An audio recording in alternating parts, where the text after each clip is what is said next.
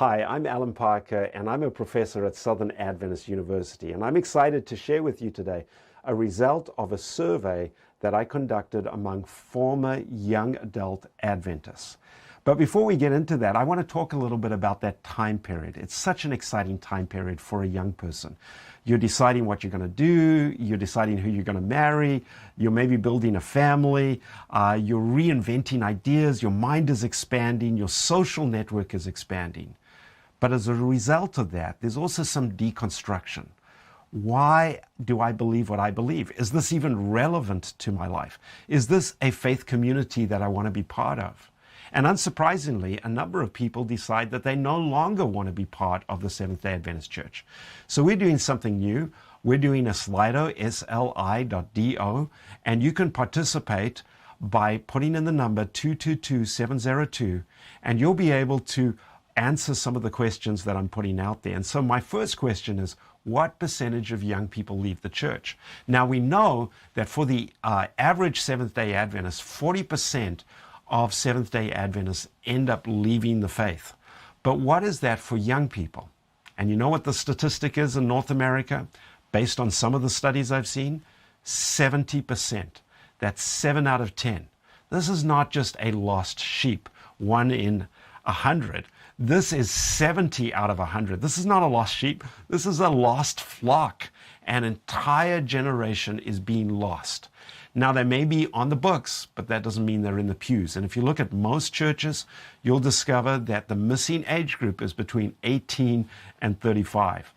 So when I was in London, I was on the underground, and I noticed when I got off the train that there would be this voice that says, "Mind the gap, mind the gap." And what it meant was there was a gap next to the train you had to be careful not to fall into. Well, is there a gap in the Seventh-day Adventist Church that young adults are falling into? And can we mind that gap to make sure that we lose less young people? So in the survey that I did of former Adventists, those who are no longer attending church, nearly half of my respondents were under the age of 35, which is just unusual for most surveys. You don't get that high of a response from that age group. It means that they're invested in this. I had over 700 responses, and not only did I have about half from under the age of 35, but the next up age group, 35 to 44, I had about 25%. So almost 75% were under the age of 45. And I wanted to know, why did you leave the church? These were people no longer in church. Why did you leave? Now, this survey is going to be different from the results that you've heard from the general worldwide survey, because this was North America and it was mainly young adults. And so some of the reasons why you've heard why people leave are going to be shown up to be different here. So why do people leave the church? That's Slido 222702. Put in your answer. And here was my surprising finding. I found that most young adults left because of doctrinal disagreements. That may not be true for others, but for young adults, they're saying, I don't agree with the doctrines of the Seventh-day Adventist Church. Now, there may be other reasons why they left, but this was one of the primary reasons. Over 50% said that they left because of doctrinal reasons. The second reason was hypocrisy of church members.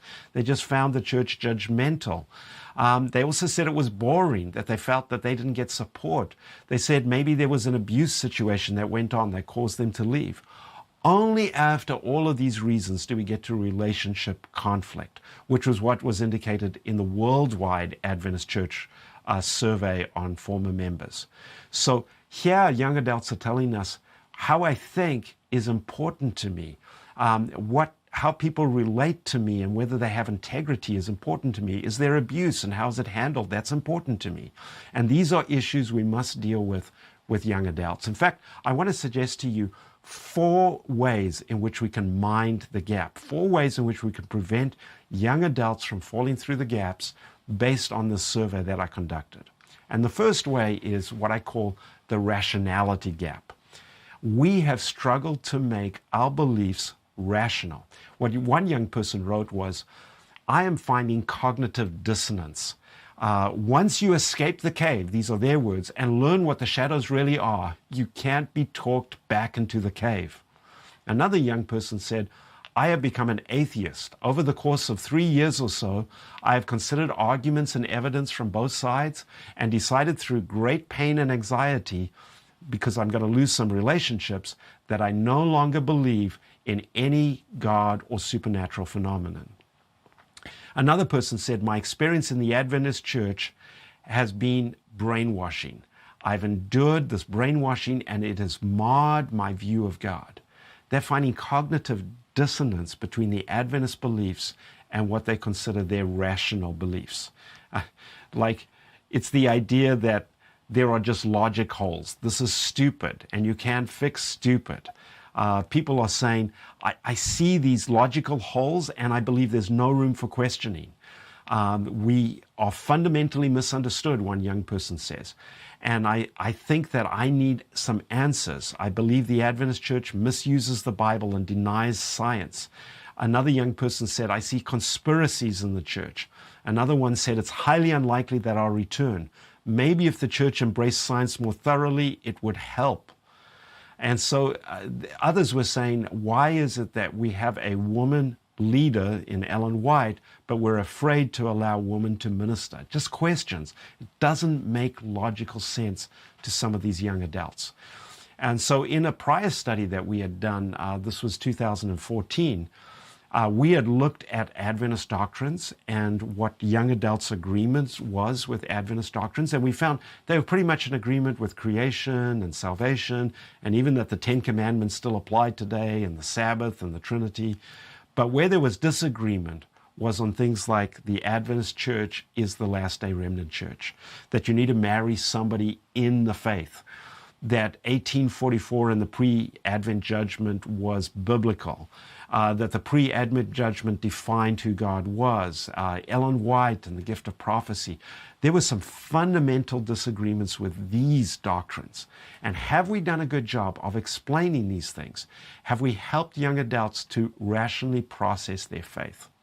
Now, it's very interesting. Barna did a study on Adventist millennials, and they compared that with a study that they had done on Christian millennials. And they discovered with Christian millennials, for instance, that there were 6 areas that Christian millennials had problems with religion. They said, for instance, religion is intolerant of doubt, that it's exclusive, it's anti-science, it's overprotective, it's shallow, it's repressive. And by Christian religion, they meant their Christian faith. And then they compared this with how Adventists responded to questions on these things about the Adventist church. And here was the shocking result. On every category, Adventist millennials saw their church in more negative light than did Christian millennials. They said it is intolerant of doubt. It was almost 3 times higher than what it was for Christian millennials. They said it was exclusive. They said it was anti-science. Every single category, the Adventist millennials rated the Adventist church worse than the Christian millennials rated their Christian church. Well, that's shocking. That shows us we need to do something to make our beliefs not only understandable, but to encourage dialogue, to encourage thoughtful thinking about what does this mean? How do I understand this? How do I relate to this? Does this make logical sense? My wife has written a series of books that is intended for young people, and it starts with family worship. And so she's written these books trying to show how Adventist doctrines can be relevant to their life. And here's something that she believes. Doctrines need to be experienced rather than just understood. In this day and age, we need to not only make logical sense, but we need to understand how those doctrines relate to our lives. So she wrote a book on the sanctuary that didn't deal with where all the pieces of the furniture go, but instead, how does the sanctuary doctrine make a practical difference in my life? So the first gap we're going to have to deal with is this rational gap. Can we make sense of the doctrines? The second gap we're going to have to deal with is the authenticity gap, that we find young adults are saying, this really just doesn't make sense in my life because the people I'm watching, they are not authentic. They don't have integrity. Here's a quote that came in from the survey. Part of what led me to questioning in the first place was that there was so much hypocrisy in the church. Also that many members held very troubling and unethical beliefs. Another person said, not everyone who stops attending disbelieves Adventist theology or got hurt. We may just find the denomination increasingly too small. Now, the way we fix authenticity is by having true identity, by knowing who we really are. We're not just cultural Adventists, but we know that God loves us, and we are determined to be God's loving representatives to others. We know truth not just as a concept, but as something that transforms our lives. This is what a young person said. After leaving the church, I don't see I could go back. I feel like my beliefs are too different and would not fit into the mold. And they said, the only way I could see myself coming back is if I forced myself to conform to what the Adventist church wants me to be. Being conformed instead of catching a faith that's contagious. See the challenge there? Barna, in their study on millennials, also said this. One of the recurrent themes of this research, seen here as well as in the discussion groups, is that while Adventists seem to place great importance on outward behavior, such behavior is a poor indicator of their relationship with Christ. In other words, outward behavior didn't indicate whether they were having an internal experience. Time and again, Barna says, we heard from young adults who are deepening their relationship with Christ and people in the church during a time when their outward behaviors are not in conformity to the church. So they are actually growing closer to Jesus, but their behaviors don't represent that. In many cases, they conclude, they will later become further committed to the lifestyle doctrines, standards of Adventist doctrine, but only after internalizing them rather than conforming to them. What we need to do is teach a faith that is internal rather than a faith that is external, a faith that is not based on outward behaviors, but a faith that is based on an inward relationship with Jesus Christ. Third gap, compassion. What I heard from a lot of people in the surveys, we just don't seem to care. Oh, SDAs say that they love people, one person said, but what you find is they judge people and they find texts that justify that judgment and call it love. Others mentioned hurt from the church, burnout, religious trauma. One person said, I'm gay. Another said, I'm lesbian. They said, the church hates me. The church doesn't care about me. We have a compassion gap. Does the church care? One young person said, I went to church. They were very interested in my becoming part of the church. I participated, but then I burnt out. And when I burnt out, nobody cared. They only seemed to be interested in filling up positions with someone who would do everything. Do we care about the young adults in our church? Barna says, despite being digital natives, relational connection is lacking for most young adults. This is the most connected generation and the most lonely generation. So what do you think would bring young people back? What do you think would help them to come back to the church? Well, what I discovered in my survey was so surprising. I said, if you are open to coming back to the church, what would enable you to come back? And you know what they said? If the church cared about social issues. That was shocking. I didn't expect that.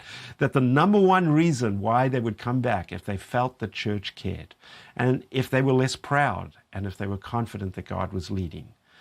So I think we need to think about how we can effectively reach them and help them to care. Fourth gap, the engagement gap. In the engagement gap, this means that a lot of people are finding like there's not a place for them to get involved in the church. You know, we have adventurers, we have pathfinders, we have AY, but then what? Nothing. One person said, my name was taken off the books because I hadn't contacted the local church. No one bothered to find me. No one tried to see if I could use prayer or some help. In our area, another person said, Adventism is very much catch and release. Well, is that how we want it to be? Barna's study said, one of the strengths of the Adventist church is that they have many opportunities for children and youth to be involved. But there's a difficult transition from child to adult. Young adults have fewer opportunities. As one person in our post-college discussion group said, if you aren't a child and don't have a child, there's nothing for you. So we've talked about a lot of gaps. Do you remember what they are? We need to be willing to become authentic. We need to teach our identity. We need to help people have a place to process their doubts, to make their faith rational.